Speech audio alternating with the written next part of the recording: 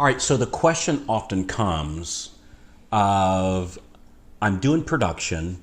How do I ask my branch manager for more help? All right, we get that question all. So you're going to role play. This is the lovely Mrs. White. I think everybody knows that. Hello. So she's the boss around here. So I thought. So am I the branch manager? Yeah, you're the branch manager. So we're going to do like a little quick role play here.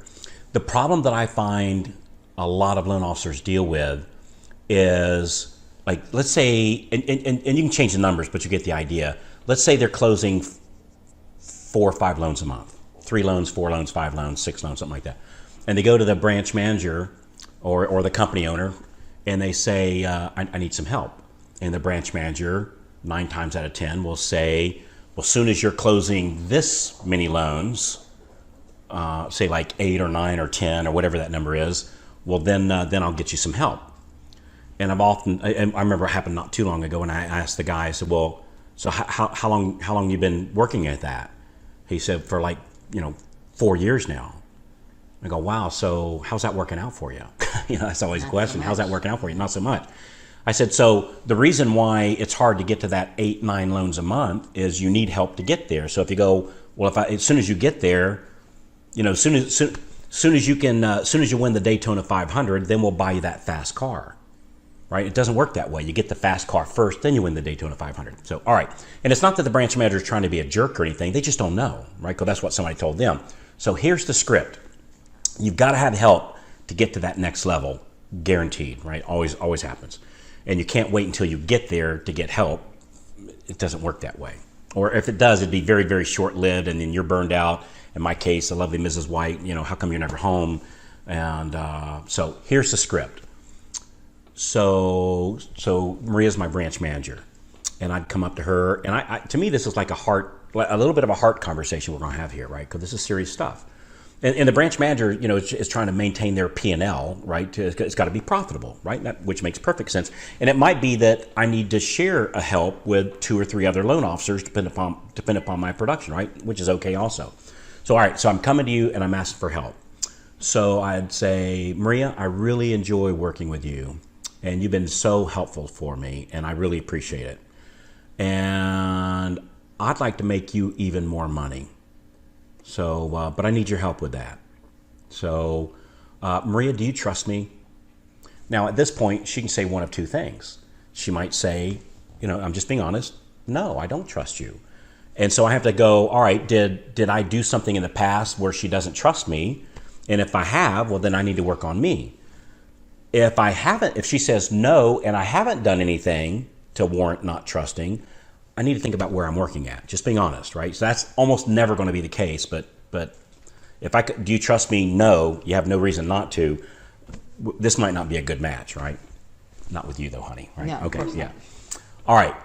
So what's going to happen? Almost always, Maria, do you trust me? I'm going to say yes. And you're going to say yes.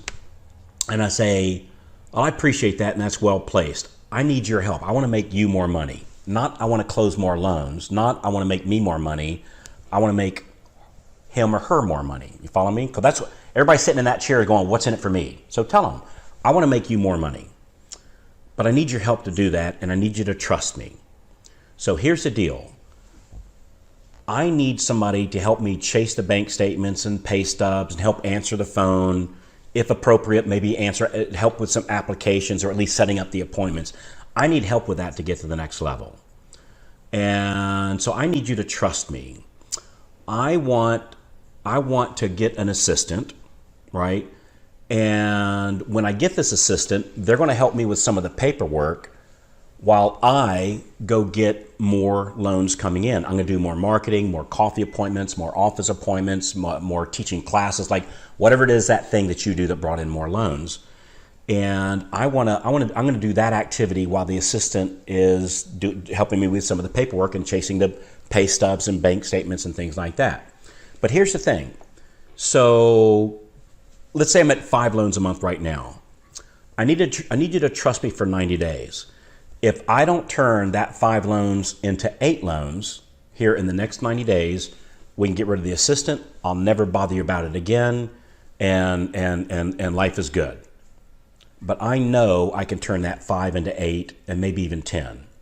will you trust me for 90 days that you'll help me get an assistant, and that I'll get that 5 and turn that into 8, or I'll take that 8 and turn it into 12, right? Whichever number works.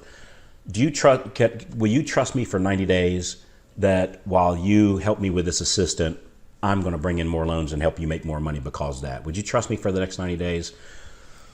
And man, that's it, right? Then comes the answer. And if she says, well, Carl, as soon as you get to 12, we'll get you an assistant. Maria, it's not going to work that way. I can't do that. That I need the fast car before I can win the Daytona 500. I need the great quarterback before I can win the Super Bowl. And so that's the basic script. Now, if she says, no, I'm not going to trust you with that, well, we have another conversation that we might need to have, right? That's probably not going to work out so good. Almost never will that happen, though. Almost always they'll do this. So, and I like it for 2 reasons. Number one, I've told her why I want an assistant is to help her make more money, which I will. And the other thing I've done is I've given myself a quota that I have to. That's right. I need to take this 5 to 8, or the 3 to 7, or like whatever that number, or this 22 to 42, like whatever that number is for you.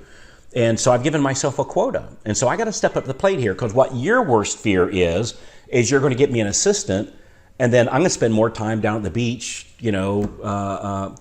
skipping stones during my work hour, during my work day, and I'm not going to go out and get more loans because of it. Now you've just increased your overhead, and you don't have any more loans coming in because of it, right? And that's a valid fear. So that's how I do it. Now, sometimes they might say, well, like it depends upon how many bips you're getting, you might need to contribute some of those bips, right? You like let's say, and I don't like talking about bips, but let's say I'm paid more than average, like way more than average. You might say, well, Carl, I can't afford to get you an assistant with you getting paid the amount of bips you are. So I might have to do a contribution there, right? But again, for most people, it's probably going to fall in line, and that as long as you close those extra loans, it will work into the P&L. So I just want to caution, again, if you're super, super high on your bips, well, the higher the bips, the less support you're going to get, and that's just the way it works. So you might have to contribute a little bit, but most of the time that's not the case. And as long as I close more loans, you're okay with that. So that's the "Do you trust me" script. All right, well, this should be helpful for you. So, hey, just in closing real quick, if you want some help, like with scripting, or you want to know, hey, what is kind of normal? What can I expect? And on the help, what do they look like? Where do you find them? What do you pay them? What if I can't afford one? Or who does what? Like in my branch, like who does what, and what are some of the things that you can expect the assistant to do? Would be happy to share with you a list that ours uses. And if you want to get on the horn and just kind of share ideas about what you can expect, and we're happy to have that conversation with you. And then just take that information back to your branch, and it'll give you I think it'll give you an advantage of having that conversation. And again, this is not about winning against a branch manager, right? That's not what this is about, because it will make, in this case, her more money, right? It will. And so this is a win-win kind of thing. So yeah. So if you want some help with that, or who does what and what our systems do, or you brought up a great question. Well, what happens when I hit that 8? What does 22 look like, and when do you get that next assistant? And somebody that's closing 40 loans a month, what does that team look like? We'll be happy to share with you a conversation for you to take back to your own branch and implement where you are. So somewhere in here, there's a link. Click on the link, and it'll ask you a couple questions, just kind of like, what does your team look like, so we can prepare for the call, and we'll map out what a team for you would look like.